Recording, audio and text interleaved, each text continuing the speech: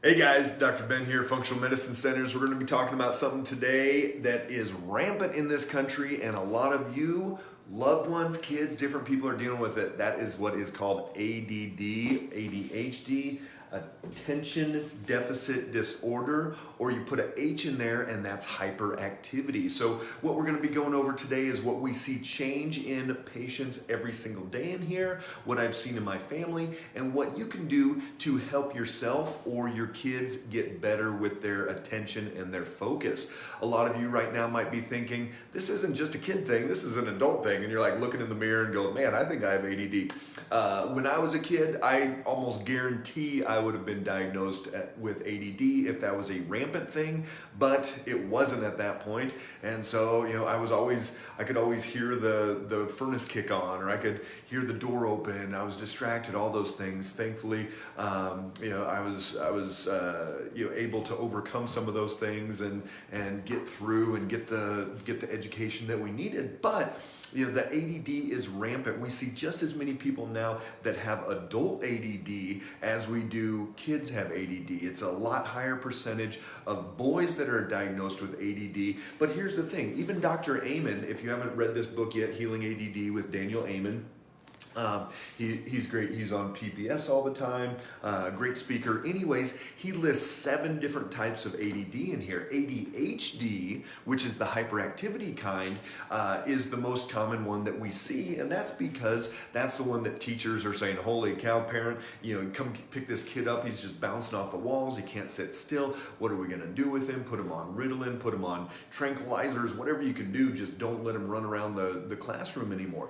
But type 2 is of the ADD is going to be more of like the spacey and the dingy cheerleader and just kind of sitting in the back of the classroom and just spacing off and not acting out, not causing problems, and yet they're going to be having just as many problems as somebody that's having that hyperactivity. And this was a patient yesterday, just had a final visit with her. We went through what is called neurofeedback. Getting some thumbs up out there. You guys have seen those 2 different types of ADD. So we had a patient yesterday, high school student. When she came in the fall, we were seeing F's and D's and F's for grades. Since she was in 5th grade, she's now in high school, and she was getting D's and F's. Her room was a total mess. Mom was like riding her every day. Hey, you got to do this. Did you finish that paperwork? Did you finish these different things? And she just could not get herself to do it. It wasn't a willpower. It wasn't oh my gosh, I'm just a lazy person. It was her brain that was holding her back from doing this, and it was going to hold her back from the rest of her life. And so what we did, we performed what's called a brain map. A brain map is a quantitative EEG where we're looking at the electrical activity of what's going on in the brain. Similar to an EKG of the heart, we're just basically feeling the pulse and we're sensing that electrical activity of the brain. We found she wasn't sleeping very well, and her focus wave was really out of balance. And what it led to was that she was basically like not even that present. So originally, if there was 3 things on my desk as we were going over what was going on, then if we would have come back 5 minutes later and said what was on those, she wouldn't have even have known. She was that far out of it. Hey Billy, good to see you. Thanks for the comment there. And so what we did, we went through what is called neurofeedback, where we teach those brainwave patterns to do something different. So we train it. Don't go so high in that sleep wave so she's able to get a deeper sleep. Don't go so low in that focus wave so she's able to stay in that good focus state. And she's just finishing up her spring semester. She has straight A's and 1 B+, and that is it. There's no D's, no F's, anything else at all. Her mom was almost in tears talking about it. She brought us a bunch of Girl Scout cookies, so we won't be eating those, but we'll be giving those to somebody that could use some Girl Scout cookies. But hey Shelly, good to see you. It's so challenging. And here's the thing, Shelly, your daughter's going through it too. This young lady, she wanted to be good. She wanted to do it right. She wanted to be able to study and turn in her homework and do all these things, and yet she couldn't. Hey George, that's Daniel Amen. So just like Amen, Daniel Amen, ADD book. So um, you know, it was phenomenal to see those changes. And this is the exciting part of this process, is that she was hitting her ceiling already. Like 5th grade, she was hitting her ceiling. She was not going to be able to go past that point. She, maybe not even go to college, wasn't going to be able to get a good career. It was going to affect her marriage, her life, her kids, her parenting, all those different things. And now she's getting the A's and B's. Her room is spotless.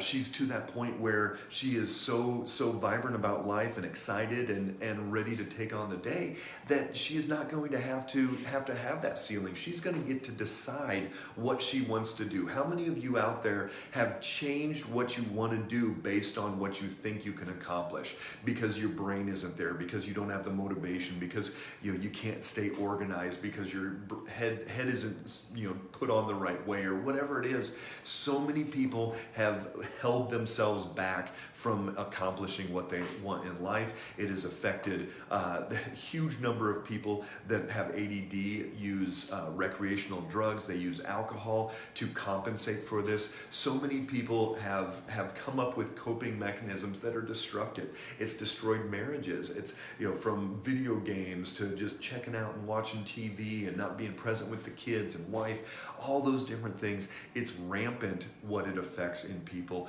and it holds them back from accomplishing what they want to achieve. And so that's the beautiful part of the story yesterday, of meeting with this young lady that we went through over the last 4 or 5 months, and changed her life to that point where, unless there's a major death, divorce, trauma, drama, head injury, something like that, she is not going to need to go back and do this therapy again, not going to have to come back and do the neurofeedback. So this is one of the biggest parts of fixing ADD, is starting with the brain map and doing what's called neurofeedback. The next part is to look at the blood work and see what is affecting the brain. A lot of times that blood sugar, if the blood sugar is spiking up or crashing down, it's going to affect our brain. We're not going to be able to focus as well.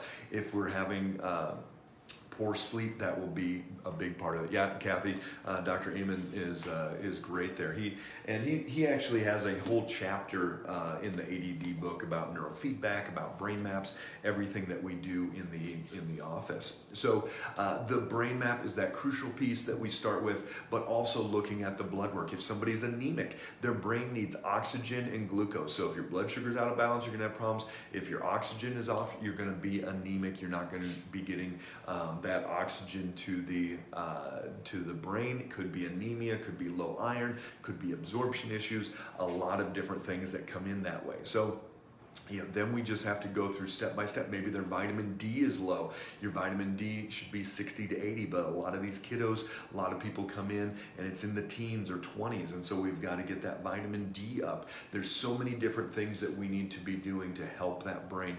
Exercise, getting that blood flow, getting that circulation. A lot of different tools are helpful for dealing with ADD, ADHD. Unfortunately, just by, George, low HCl, possibly you need enough stomach acid for iron absorption, protein absorption, and calcium absorption. So that can definitely be a big part of it. So interesting, there was a study done where they compared Ritalin to neurofeedback, and what they found was that if they had 2 groups of people, one doing neurofeedback, one doing Ritalin, that each group had a significant decrease in the amount of issues in class, focus issues, all of that. What they did in the study was then they stopped both of the tools. They stopped the Ritalin and they stopped the neurofeedback for 6 months, and then tracked the students, and they found that the group that was taking Ritalin, they went right back to where they started. So they crashed, they were having just as many focus issues, all that, but the ones that had been trained with neurofeedback maintained those changes the entire time, meaning they had long-term changes. And that's the beautiful part with doing neurofeedback, is that you can change the brainwave patterns and there's a permanency to it. The other group another study that they did, one group Ritalin, one group neurofeedback, and they tracked the scholastic ability, and they found that they both had decreased, hey Michelle, they both had decreased amount of ADD, but the group that was doing neurofeedback had significant improvement in their grades and in their cognitive ability, where the group that just was doing Ritalin didn't really improve in the grades at all. And so this is something where we teach our kids to actually be proactive and not just take another medication, not just mask it, not just cover up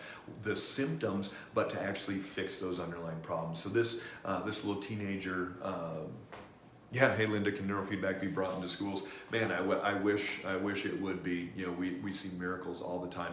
Asperger's kids, if you bring an Asperger child in here, I almost guarantee that we're going to see significant difference, that they're going to be more engaged, they're going to be more focused, they're going to be talking more. Absolutely, Shelley. We like I was saying in the beginning, we work with patients all the time that are adults that were either diagnosed as kids or they've known it forever, and we get people more focused, more dialed in. They're able to be more present with their family. A lot of different things start changing even as an adult goes. Just had a lady yesterday, she's almost 64. She was in a bad car accident a couple years ago. When she first came in, eyes were glazed. She was almost totally out of it. Wasn't really able to communicate that well. Her story and all that would get sidetracked, a lot of things. And now, you know, one thing, she's down like 20 pounds, but her brain is way better. She was thinking she was going to have to go on disability, a lot of other things, and she doesn't have to. You know, phenomenal changes even for adults. So this ADD can be reversed. ADD can be changed. It can be helped dramatically, no matter the age, no matter what's going on. But you've got to dig deep. Look at the blood work. Look at the brain map. Do the neurofeedback. Do the metabolic work. All those things that you need to do, and you'll see those miracles in yourself or a loved one. So like or follow our page if you haven't already. Share this with anybody that you know that's dealing with ADD, ADHD, their kids, anybody in their family, because it is so prevalent, and we don't want to just slather up them with a bunch of medications and just start them on that path of a lot of other yucky things going down that pike. So thanks for jumping on today. Love having everybody. If you've got any questions, pop those down below, and we'll talk to you guys soon. Bye-bye.